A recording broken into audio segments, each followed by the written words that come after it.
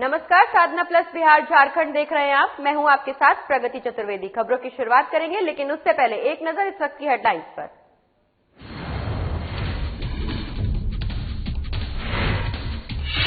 बिहार विधानसभा चुनाव में महंगाई है अहम मुद्दा। कांग्रेस ने महंगाई को लेकर बीजेपी पर बोला हमला। बीजेपी पर हमेशा लोगों को ठगने का लगाया आरोप। सीएम हेमंत सोरेन पहुंचे दुमका। 2 दिवसीय दौरे पर है सीएम सोरेन ने मां दुर्गा की आरती में हुए शामिल। आरएलएसपी ने जारी किया पार्टी का मैनिफेस्टो में रखे गए अहम मुद्दे। घोषणा पत्र में हर जिले में स्कूल बनाने की कही बात। साहिबगंज में नाबालिग के साथ हुआ दुष्कर्म। 6 लोगों ने जबरन दुष्कर्म की घटना को दिया अंजाम। पीड़िता ने मिर्जा चौकी थाने में आरोपियों के खिलाफ कराई दर्ज एफआईआर।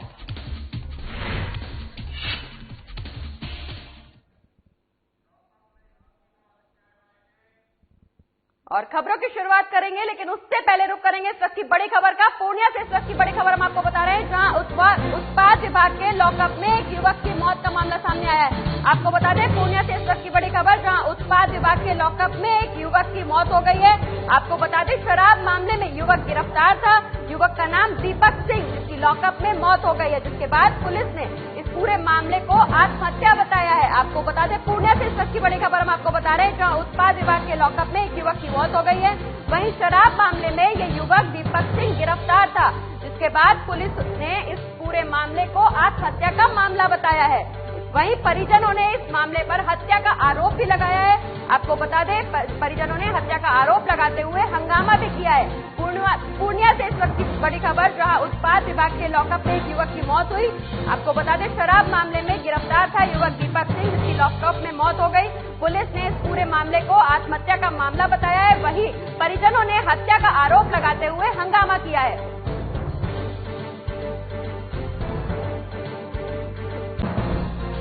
पूर्णिया से इस वक्त की बड़ी खबर हम आपको बता रहे हैं, जहां उत्पाद विभाग के लॉकअप में एक युवक की मौत हो गई। आपको बता दें, यह युवक दीपक सिंह शराब मामले में गिरफ्तार था, जिसकी लॉकअप में मौत हो गई।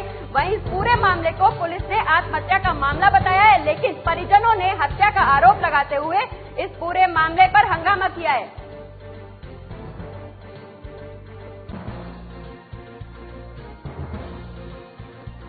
और इस खबर पर ज्यादा जानकारी के लिए हमारे संवाददाता पारस सोना हमारे साथ जुड़ गए हैं। पारस, युवक की मौत हुई है लॉकअप में, क्या है पूरा मामला? मैं बता दूं, उत्पाद विभाग कल शाम में 1:30 घंटे शाम होने के बाद 4 बोतल के साथ हिरासत में युवक को लिया गया था। उसके बाद हिरासत में लेने के बाद उत्पाद विभाग हिरासत में अंदर रखने के बाद सुबह में उनकी मौत हो गई। और बात हुई थी क्या कि 40,000 रुपया घूस लेने की भी बात आ रही है, लेने के मकसद से छोड़ने के बाद था। पारस, परिजनों ने हत्या का आरोप लगाया है, वही पुलिस का कहना है कि ये पूरा आत्महत्या का मामला है। क्या कुछ स्थिति स्पष्ट सामने आ रही है?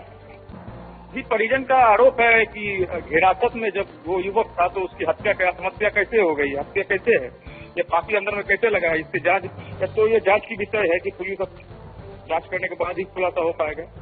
जी पारस, जैसा कि आपने बोला, ये पूरा मामला जांच का विषय है, तो पुलिस अब आगे क्या कुछ कार्रवाई कर रही है? पुलिस अब आगे सर को पोस्टमार्टम के लिए भेज रही है। उसके बाद आगे पोस्टमार्टम रिपोर्ट आने के बाद ही खुलासा हो पाएगा कि हत्या या हत्या है। परिजन आक्रोश है, सड़क को जाम किया गया है। जी पारस, जैसा कि आपने बताया कि परिजनों का कहना है कि अगर पुलिस लॉकअप में था युवक, तो उसने आत्महत्या कैसे कर ली? तो क्या इस दौरान पहले भी कभी परिजनों ने पुलिस द्वारा प्रताड़ना का कोई आरोप लगाया था?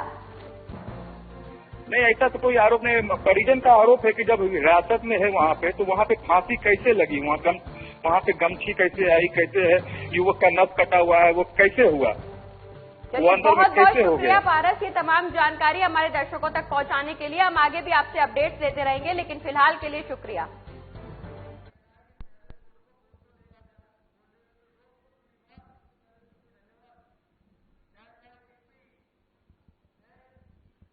और बिहार विधानसभा चुनाव में महंगाई एक बड़ा मुद्दा बनते जा रहा है। कांग्रेस ने बिहार चुनाव में महंगाई को मुद्दा बनाकर बीजेपी और एनडीए पर हमला बोला है। महागठबंधन के प्रचार प्रसार में पहुंचे छत्तीसगढ़ के मुख्यमंत्री हेमंत सोरेन छत्तीसगढ़ के मुख्यमंत्री भूपेश बघेल ने आज एनडीए के ऊपर जोरदार हमला बोला है। उन्होंने कहा कि केंद्र सरकार के काले कानून की वजह से आज लोग महंगाई की मार झेल रहे हैं। उन्होंने आगे कहा कि केंद्र सरकार ने नए किसान कानून को पूंजीपतियों के फायदे के लिए लागू किया है। ये काला कानून देश के आम आदमी की कमर तोड़ रहा है। भूपेश बघेल ने कहा कि बीजेपी ने सरकार में रहते एक एयरपोर्ट बनाने का काम भले न किया हो, लेकिन सारे एयरपोर्ट को निजी हाथों में बेचने का काम जरूर कर रही है। उन्होंने बीजेपी पर आरोप लगाते हुए कहा कि बीजेपी ने लगातार लोगों को ठगने का काम किया है।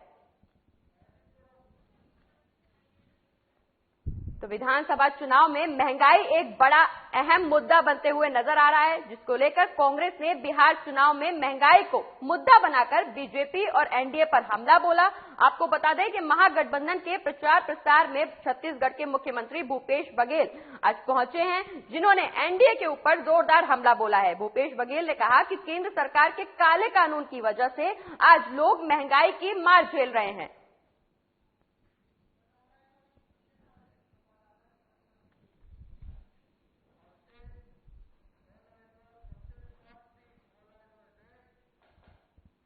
और इसी खबर पर ज्यादा जानकारी के लिए हमारे संवाददाता अभिषेक कुमार सिंह हमारे साथ मौजूद हैं। अभिषेक, जब चुनावी दौर शुरू हुआ था, शुरुआती दौर में चुनावी मुद्दा था कृषि बिल, लेकिन अब ऐसा क्या हो गया कि महंगाई मुद्दा आ गया? चुनाव कृषि बिल से हटकर महंगाई मुद्दा बन गया है चुनाव का।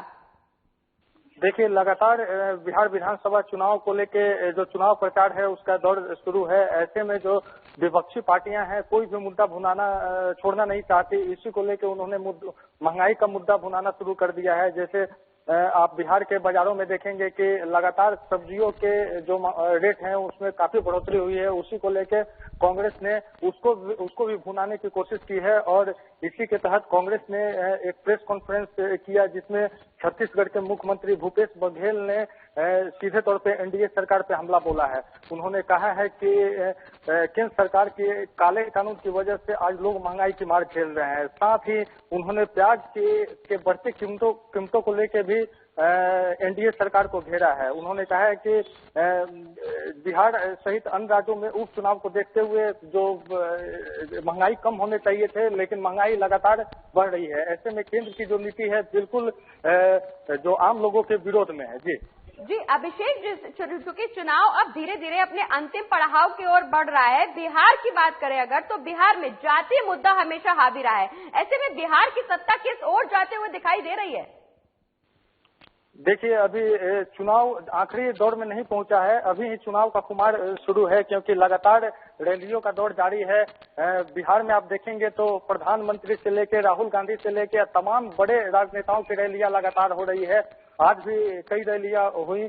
इसमें अगर देखेंगे तो जाति से उठ के जो युवा है पूरी तरह गोलबंद है और युवाओं का जो अट्रैक्शन है वो महागठबंधन की ओर दिख रहा है, क्योंकि जिस तरह से अभी मौजूदा सरकार में युवाओं को लेके जो रोजगार को लेके जो परेशानियां हुई, जो मजदूर हैं, जो प्रवासी मजदूर जो बाहर काम करने गए थे उनको लेके जो परेशानियां हुई, तो ऐसे में जितने भी युवा हैं और बिहार के अधिकांश जो लोग हैं जो इस चीज से प्रभावित हुए हैं वो गोलबंद है और अपना जो वोट है वो महागठबंधन की ओर देने की बात कर रहे हैं। जी चलिए, बहुत बहुत शुक्रिया अभिषेक, ये तमाम जानकारी हमारे दर्शकों तक पहुंचाने के लिए। और खबरों में आगे बढ़ेंगे, लेकिन उससे पहले वक्त एक छोटे से ब्रेक का, जल्द लौटेंगे।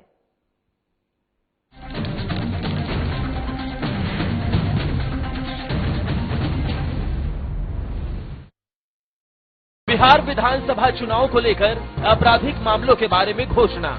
वर्ष 2011 की रिट याचिका सिविल संख्या 536 पब्लिक इंटरेस्ट फाउंडेशन एवं अन्य बनाम भारत संघ एवं अन्य में माननीय उच्चतम न्यायालय के दिनांक 25 सितंबर 2018 के निर्णय के अनुसार अभ्यर्थी का नाम एवं पता नवीन कुमार, राजनीतिक दल का नाम जन अधिकार पार्टी लोकतांत्रिक, निर्वाचन का नाम 151 परबत्ता विधानसभा में नवीन कुमार उपयुक्त निर्वाचन के लिए अभ्यर्थी सार्वजनिक सूचना हेतु अपने आपराधिक पूर्ववर्त के बारे में निम्नलिखित विवरण की घोषणा करता हूँ।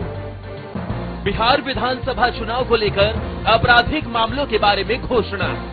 साल 2011 की रिट याचिका सिविल संख्या 536 पब्लिक इंटरेस्ट फाउंडेशन एवं अन्य बनाम भारत संघ एवं अन्य में माननीय उच्चतम न्यायालय के दिनांक 25 सितंबर 2018 के निर्णय के अनुसार अभ्यर्थी का नाम एवं पता: ईश्वर शरण श्रीवास्तव, पिता स्वर्गीय कैलाश पति प्रसाद, ग्राम नईचक, बड़ी चक, वार्ड नंबर 11, जमालपुर, गोगरी, खगड़िया। राजनीतिक दल का नाम स्वतंत्र उम्मीदवार। निर्वाचन का नाम 151 परबत्ता, सामान्य, बिहार विधानसभा, बिहार। मैं ईश्वर शरण श्रीवास्तव उपर्युक्त निर्वाचन के लिए अभ्यर्थी सार्वजनिक सूचना हेतु अपने आपराधिक पूर्ववर्त के बारे में निम्नलिखित विवरणों की घोषणा करता हूँ। बिहार विधानसभा चुनाव को लेकर आपराधिक मामलों के बारे में घोषणा। वर्ष 2011 की रिट याचिका सिविल संख्या 536 पब्लिक इंटरेस्ट फाउंडेशन एवं अन्य बनाम भारत संघ एवं अन्य में माननीय उच्चतम न्यायालय के दिनांक 25 सितंबर 2018 के निर्णय के अनुसार अभ्यर्थी का नाम नंदलाल रविदास। राजनीतिक दल का नाम राष्ट्रीय लोक समता पार्टी। निर्वाचन क्षेत्र संख्या और नाम 240 सिकंदरा विधानसभा। मैं नंदलाल रविदास उपर्युक्त निर्वाचन के लिए अभ्यर्थी सार्वजनिक सूचना हेतु अपने आपराधिक पूर्ववर्त के बारे में निम्नलिखित विवरणों की घोषणा करता हूँ।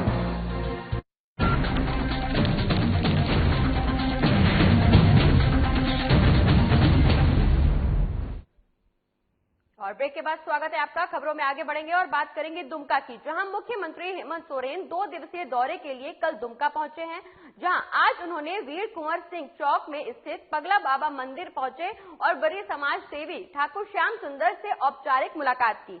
महाअष्टमी के अवसर पर मां दुर्गा की आरती में भी शामिल हुए, जहां उन्होंने माता आरती की, साथ ही लोगों के साथ सेल्फी भी खिंचवाई। मुख्यमंत्री का ये दौरा दुमका उपचुनाव को लेकर भी अहम है। दुमका उपचुनाव 3 नवंबर को होना है। इसी महीने ये दूसरा दौरा है।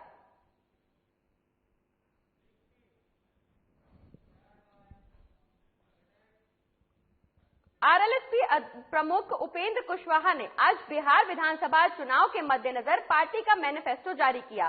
पार्टी मैनिफेस्टो में मुख्य 25 बिंदुओं को रखा गया है। प्रेस कॉन्फ्रेंस के दौरान उन्होंने कहा कि गरीबों के लिए आज भी सरकारी स्कूल और यूनिवर्सिटी ही सहारा है।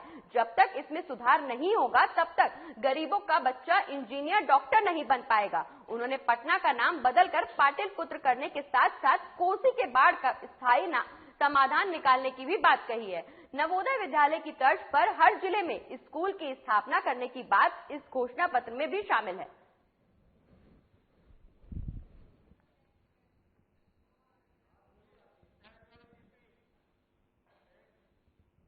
बिहार की सर्वाधिक हॉट सीटों में शुमार मोकामा विधानसभा का चुनाव काफी दिलचस्प मोड़ पर पहुंच गया है। इस चुनावी जंग में अब रूस की भी एंट्री हो गई है। मोकामा की इस सियासी जंग में भारतीय पति डॉक्टर विनय कुमार ने बताया कि रूसी बीवी कुमारी नतालिया भी सड़क पर उतर गई हैं। कुमारी नतालिया गली गली अपने डॉक्टर पति के लिए मोकामा की जनता से विकास के नाम पर समर्थन की गुहार लगा रही हैं। यूक्रेन की मूल निवासी सह इंजीनियर कुमारी नतालिया मोकामा में पेशे से डॉक्टर बरहपुर के डॉक्टर विनय कुमार के लिए जमकर पसीना बहा रही हैं। हर घर दमदार दस्तक देकर कुमारी नतालिया पति की जीत की मंगल कामना भी कर रही हैं। कुमारी नतालिया का सड़क पर उतरकर वोट मांगना काफी रोचक हो गया है। मैं अपने पति डॉक्टर विनय कुमार के लिए और मोकामा विधानसभा के विकास के लिए वोट मांग रही हूँ। लातेहार जिले के महुआडांड प्रखंड के हरिजन टोला में एक भी चापानल नहीं है। आज भी लोग नदी का पानी ही पीते हैं। इस गांव से नदी लगभग 400 से 500 मीटर की दूरी पर है। बरसात के दिनों में पानी लाना मुश्किल होता है। इस बस्ती में लगभग 10 से 15 घरों की आबादी है। ये चापाकल नहीं होने के कारण स्थानीय लोगों को नदी के करीब चुआड़ी बनाकर पानी पीना पड़ता है। बरसात के दिनों में जब नदी में बाढ़ आ जाती है तो लोगों को पानी पीने के लिए बाढ़ खत्म होने का इंतजार करना पड़ता है। गंदे पानी को कपड़ों से छानकर पीना पड़ता है, जिससे बच्चों और बुजुर्गों को बीमारियां हो जाती हैं। बस्ती के लोगों के द्वारा इसकी सूचना लिखित और मौखिक रूप से विधायक, प्रखंड विकास पदाधिकारी, मुखिया सभी को दी गई, लेकिन आज तक प्रशासन ने इस संबंध में अब तक कुछ नहीं किया। ग्रामीणों ने उपायुक्त महोदय से आग्रह किया कि जल्द ही उनके लिए एक चापाकल की व्यवस्था की जाए जिसमें उन्हें साफ और स्वच्छ पानी मिल सके। पानी का समस्या है, पानी नहीं है, हम लोग नदी का पानी पीते हैं, गंदा पानी भी हो जाता है तो उसी को हम लोग ले जाके पीते हैं। बच्चा सबको सर्दी खांसी बुखार पकड़ लेता है, फिर हम लोग को परेशानी हो जाता है।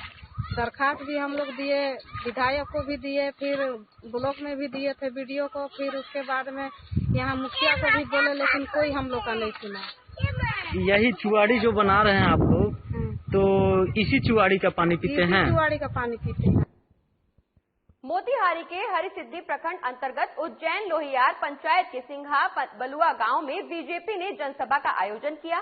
सभा में सैकड़ों की भीड़ अपने बीजेपी उम्मीदवार कृष्ण नंदन पासवान और पूर्व केंद्रीय मंत्री सह मोतिहारी सांसद राधा मोहन सिंह के साथ ही सांसद जनक चमार को देखने और सुनने पहुंची। कार्यक्रम में जेडीयू के हरसिद्धि उम्मीदवार अवधेश राम, वीआईपी के प्रदेश महिला अध्यक्ष निर्मला सहनी, जेडीयू के कद्दावर नेता रोहित गिरी उर्फ बंटी गिरी, बीजेपी राष्ट्रीय परिषद सदस्य राजेंद्र प्रसाद गुप्ता, हरसिद्धि विधानसभा प्रभारी राकेश गुप्ता, बीजेपी जिला महामंत्री दिवेश कुमार ने भी सभा को संबोधित करते हुए बीजेपी उम्मीदवार को जिताने में अपना सहयोग देने का आह्वान किया। देखिए, भारतीय जनता पार्टी और एनडीए गठबंधन के जो हमारे उम्मीदवार कृष्णनंदन पासवान जी हैं, ये पिछले 5 सालों से हार के बावजूद भी लगातार जन जन तक पहुंचे हैं। उनके जग प्रयोजन सुख दुख के साथ ही रहे हैं। जिस तरह पिछली बार लोगों को विश्वास नहीं था, लेकिन फिर भी हमें लग रहा था जमीनी स्तर पर काम करने पे कि 3 लाख से ज्यादा मतों से भाजपा के प्रत्याशी राधा मोहन सिंह जीतेंगे 2019 में। आज उसी पैटर्न पे, उसी अनुपात में इस विधानसभा में हम 30,000 से 40,000 मतों की उम्मीद पे बैठे हैं। बनेगी और कहीं से भी कोई भ्रम की स्थिति नहीं है। अमित शाह जी ने भी कह दिया, अब उनसे बड़ा नेता नरेंद्र भाई मोदी जी से बड़ा नेता हमको नहीं लग रहा है कि भारत में कोई है। उन्होंने कहा है कि कम सीट आए या ज्यादा सीट आए, एनडीए के मुख्यमंत्री नीतीश कुमार जी ही होंगे और हम लोग पूरी मजबूती से इस लड़ाई को लड़ रहे हैं। कहाँ तक आप महिलाओं की बात कर रहे हैं, तो मैं पार्टी से हट के महिला के बारे में पहले आपसे बात बता दूं कि हम 90 के दशक में नहीं जाना चाहते। हम 21वीं सदी के नारी हैं और 21वीं सदी में जीना चाहते हैं। हमें हमारे पूर्वजों के द्वारा, हमारे दादाओं के द्वारा 90 के दशक की कहानी सुना जाता है तो हमारी रोंगटे खड़ा हो जाते हैं।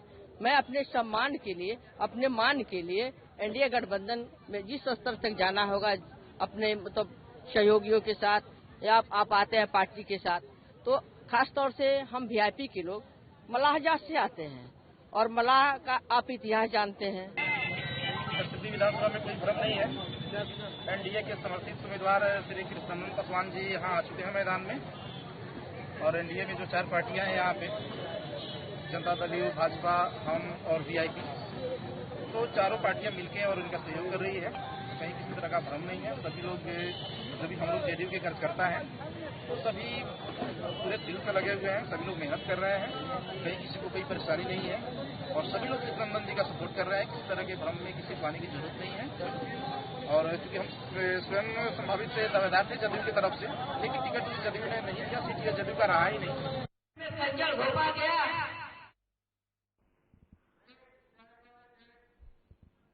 और खबरों में आगे पढ़ेंगे, लेकिन उससे पहले एक नजर इस वक्त की ब्रेक पर, जल्द लौटेंगे।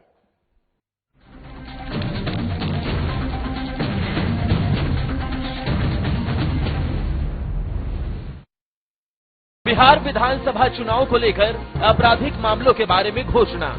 वर्ष 2011 की रिट याचिका सिविल संख्या 536 पब्लिक इंटरेस्ट फाउंडेशन एवं अन्य बनाम भारत संघ एवं अन्य में माननीय उच्चतम न्यायालय के दिनांक 25 सितंबर 2018 के निर्णय के अनुसार अभ्यर्थी का नाम एवं पता नवीन कुमार, राजनीतिक दल का नाम जन अधिकार पार्टी लोकतांत्रिक, निर्वाचन का नाम 151 परबत्ता विधानसभा में नवीन कुमार उपयुक्त निर्वाचन के लिए अभ्यर्थी सार्वजनिक सूचना हेतु अपने आपराधिक पूर्ववर्त के बारे में निम्नलिखित विवरण की घोषणा करता हूँ। बिहार विधानसभा चुनाव को लेकर आपराधिक मामलों के बारे में घोषणा। साल 2011 की रिट याचिका सिविल संख्या 536 पब्लिक इंटरेस्ट फाउंडेशन एवं अन्य बनाम भारत संघ एवं अन्य में माननीय उच्चतम न्यायालय के दिनांक 25 सितंबर 2018 के निर्णय के अनुसार अभ्यर्थी का नाम एवं पता ईश्वर शरण श्रीवास्तव, पिता स्वर्गीय कैलाश पति प्रसाद, ग्राम नई चक, बड़ी चक, वार्ड नंबर 11, जमालपुर, गोगरी, खगड़िया। राजनीतिक दल का नाम स्वतंत्र उम्मीदवार, निर्वाचन का नाम 151 परबत्ता, सामान्य, बिहार विधानसभा, बिहार। मैं ईश्वर शरण श्रीवास्तव उपर्युक्त निर्वाचन के लिए अभ्यर्थी सार्वजनिक सूचना हेतु अपने आपराधिक पूर्ववर्त के बारे में निम्नलिखित विवरणों की घोषणा करता हूँ। बिहार विधानसभा चुनाव को लेकर आपराधिक मामलों के बारे में घोषणा। वर्ष 2011 की रिट याचिका सिविल संख्या 536 पब्लिक इंटरेस्ट फाउंडेशन एवं अन्य बनाम भारत संघ एवं अन्य में माननीय उच्चतम न्यायालय के दिनांक 25 सितंबर 2018 के निर्णय के अनुसार अभ्यर्थी का नाम नंदलाल रविदास, राजनीतिक दल का नाम राष्ट्रीय लोक समता पार्टी, निर्वाचन क्षेत्र संख्या और नाम 240 सिकंदरा विधानसभा। मैं नंदलाल रविदास उपर्युक्त निर्वाचन के लिए अभ्यर्थी सार्वजनिक सूचना हेतु अपने आपराधिक पूर्ववर्त के बारे में निम्नलिखित विवरणों की घोषणा करता।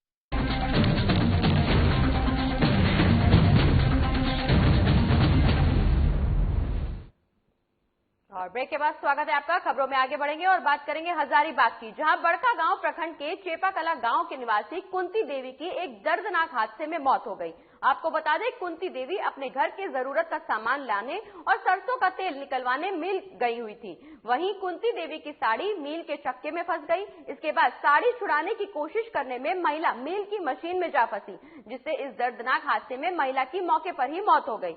मिल के संचालक ने महिला के परिजनों को सूचना दी, साथ ही पुलिस को भी घटना की जानकारी दी। घटनास्थल पर पुलिस ने जांच कर शव को अपने कब्जे में लेकर हजारीबाग सदर अस्पताल पोस्टमार्टम के लिए भेज दिया है। तेल पेड़ने वाला यहाँ पे मिल है, तो लोग आते हैं यहाँ पे तेल पेड़वाने के लिए। यहीं कुछ तेल पेड़ने के लिए आई थी। औरत है चेपा की, उनका नाम है कुंती देवी और पति का नाम है सुखन महतो। इसी क्रम में क्या हुआ कि देखने के लिए कि यहाँ तेल निकल रहा है, तो साड़ी फंस गया इनका मिल में। उसी क्रम में मतलब बचने की कोशिश की होगी और पूरा साड़ी फंस गया उसमें और उनकी जो मृत्यु हो गई है। परिजन आएंगे और देखते क्या होगा और वो मृत्यु समीक्षा और उसके लिए वो भेजा जाएगा पोस्टमार्टम के लिए। साहिबगंज मिर्जा चौकी थाना क्षेत्र में एक आदिवासी समाज की नाबालिग लड़की के साथ सामूहिक दुष्कर्म का मामला सामने आया है। पीड़िता ने बताया कि वो अपने मित्र के साथ बुधवार की रात अपने घर जा रही थी। इसी दौरान 6 लोगों ने उसके साथ जबरन सामूहिक दुष्कर्म किया। घटना के संदर्भ में पीड़िता ने मिर्जा चौकी थाना में 6 अज्ञात लोगों के खिलाफ मुकदमा दर्ज करवाया है। वहीं घटना के संबंध में साहिबगंज पुलिस कप्तान अनुरंजन किस्पोट्टा के निर्देश पर 6 लोगों को हिरासत में लेकर पूछताछ की जा रही है।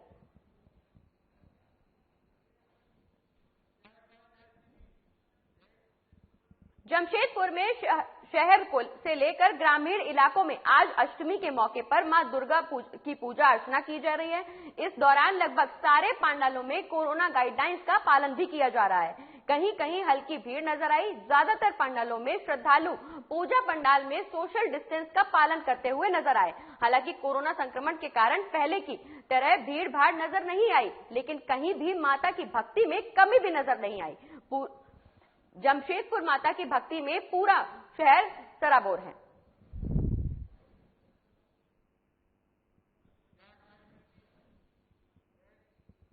दानापुर रेल मंडल के सदीसोपुर रेलवे स्टेशन के पास अप लाइन पर होते हुए एक बड़ी दुर्घटना होते हुए बच गई। आपको बता दें, कामाख्या से लोकमान्य तिलक जा रही ट्रेन अचानक 2 हिस्सों में बंट गई। इंजन 7 बोगी को लेकर आगे निकल गए।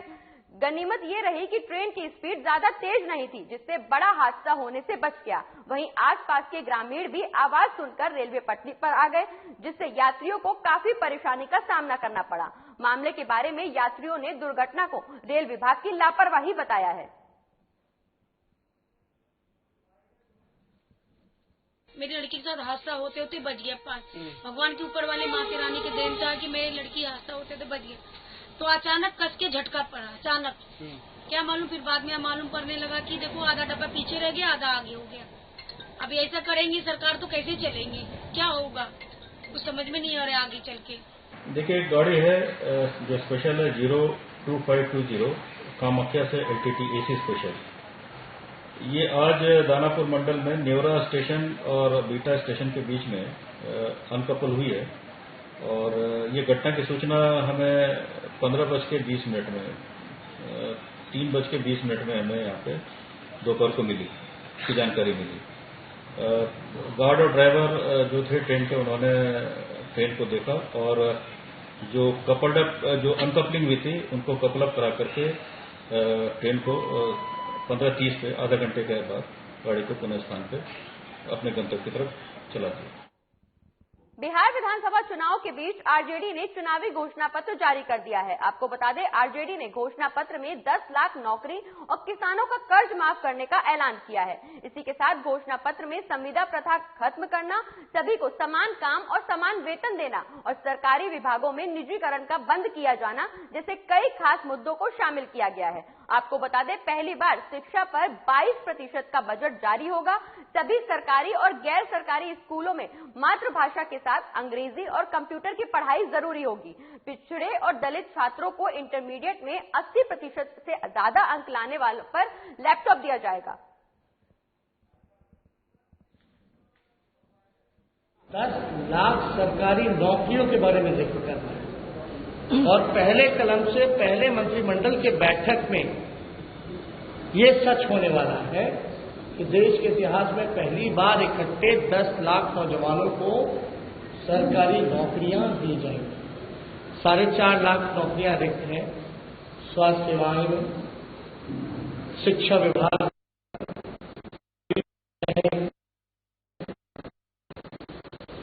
60% जूनियर पद जो है वो खाली है।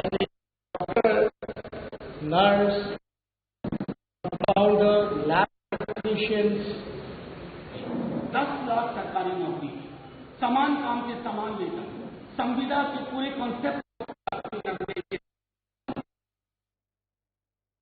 का जो भी ऋण है वो सब कंप्लीट माफ हो। आज तक के जो भी ऋण होंगे, उसके अलावा खाद्य प्रसंस्करण उद्योग जो अपने आप में अर्थव्यवस्था को सरकार को बड़ी चिंता होती है। हमारी सरकार आते ही तेजस्वी जी के नेतृत्व में रिवेन्यू जनरेशन पर भी काम होगा।